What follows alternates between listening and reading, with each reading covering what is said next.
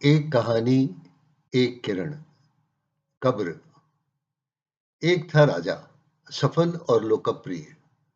बहुत मेहनत करके उसने युद्ध कौशल और प्रशासन में दक्षता प्राप्त की। व्यापार बढ़ाया और समृद्धि आई। परिवार बढ़ा तो जीवन में खुशियां बढ़ी।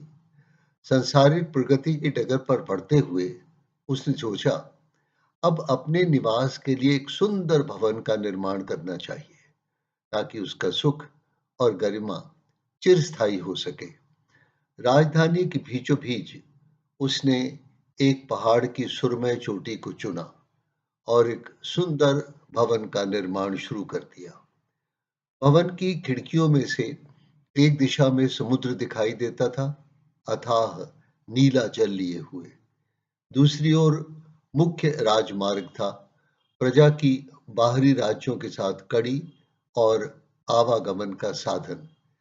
तीसरी ओर राज्य कार्यशाला थी और चौथी ओर था राज्य सुरक्षा बल का आवास और शिक्षा केंद्र। सुंदर भवन बनकर तैयार हुआ, नए पुराने महलों से अनूठा और दर्शनीय। राजा बहुत खुश था, अपनी उपलब्धियों पर बहुत आश्वस्त था, अपनी समृद्धि और सुख के चिर स्थायी होने के बारे में संदेह से रहित। अचानक एक दिन उसके मन में संशय और संदेह के बीज अंकुरित हुए। संदेह का भाव भय में बदला। उसे डर लगने लगा कि कोई उससे उसका सब कुछ छीन न ले। उसकी संपन्नता किसी ईर्ष्या से भरे आदमी को उस पर घातक प्राण लेने वाला हमला करने पर उकसा न दे। असुरक्षा की भावना से उसका दिन का चैन और रातों की नींद उड़ गई। एक दिन उसने सागर की ओर देखा। छोटी छोटी लहरें तो पत्थरों से टकराकर लौट जाती, पर कभी कोई वेगवान लहर नई ऊंचाइयों को छूने की आकांक्षा में जोर से उठती और महल की खिड़कियों तक आ पहुंचती। राजा ने सागर की ओर की खिड़कियों को पत्थर से चिनवाकर बंद कर दिया, लहरों की अनजान आकांक्षाओं से अपने आप को सुरक्षित करने के लिए। कुछ दिन बाद राजा ने देखा, कुछ फटे हाल लोगों का समूह एक शव को जलाने के लिए लेकर जा रहा था। दुख में उभरते हुए उनकी वेदना के स्वर से सारा भवन शोकमग्न हो गया। उसने राजमार्ग की खिड़कियों को भी पत्थरों से चिनवाकर बंद करवा दिया, अनचाहे दुख से अपने आप को सुरक्षित करने के लिए। फिर कुछ दिन बीते। उसे लगा, कार्यशाला के श्रमिकों की लालसा भरी निगाहें उसके भवन की खिड़कियों से झलकते झीने पर्दों और सोने चांदी के अलंकारों की ओर है।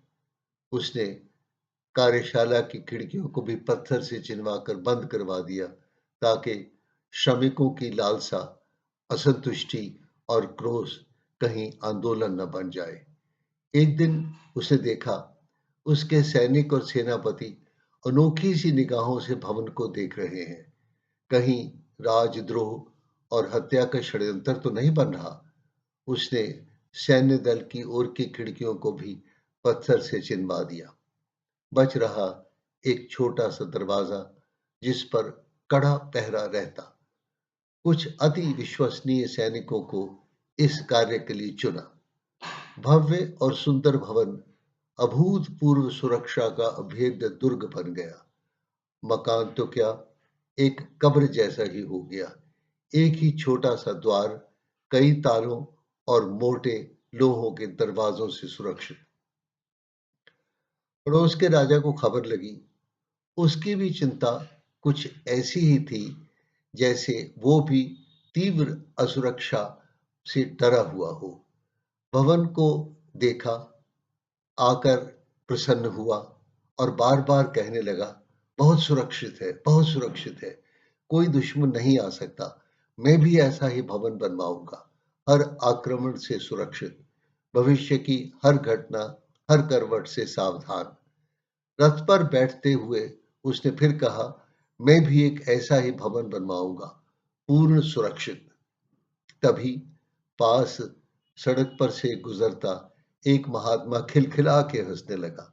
राजा ने पूछा, तू क्यों हंसा? महात्मा ने कहा, इस भवन में भी अभी भी एक भूल है। ये जो एक दरवाजा रखा है आने जाने का या हवा का मार्ग, उसे भी बंद करो। तुम पूर्ण सुरक्षित हो जाओगे और मौत भी अंदर न जा सकेगी। राजा ने कहा, मूर्ख, तब तो ये कब्र बन जाएगी। मौत को फिर आने की जरूरत ही नहीं रहेगी। महात्मा ने कहा, जितनी तुम खिड़कियां बंद कर चुके हो उतनी तो कब्र तुम्हारी बन ही चुकी है। अब आखिरी कदम से भय क्या?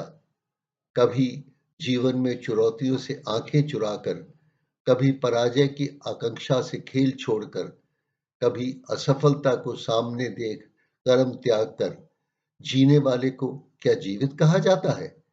जीवन तो बदलती घटनाओं, समय, परिस्थितियों व भावनाओं का इंद्रधनुष है। जब जब मनुष्य के सूर्य की किरणें समाज के स्वप्नों के जलकण को छू लेंगी, इतिहास में नए इंद्रधनुष उभरेंगे। आंखें बंद करने से नए परिवेश लुप्त ना होंगे। हाँ, आंखों में भरकर नई दिशाओं की ओर सफलता के कदम जरूर लिए जा सकते हैं। राजा को अपनी रगों में एक बार फिर खून के वेग का एहसास हुआ। सशक्त कदमों से वह अपने भवन की ओर गया। चारों दिशाओं की खिड़कियां ढोल डाली। प्रकाश की किरणों से भवन भर गया, जैसे ठहरा हुआ अंधेरा भागकर कहीं छुप गया हो।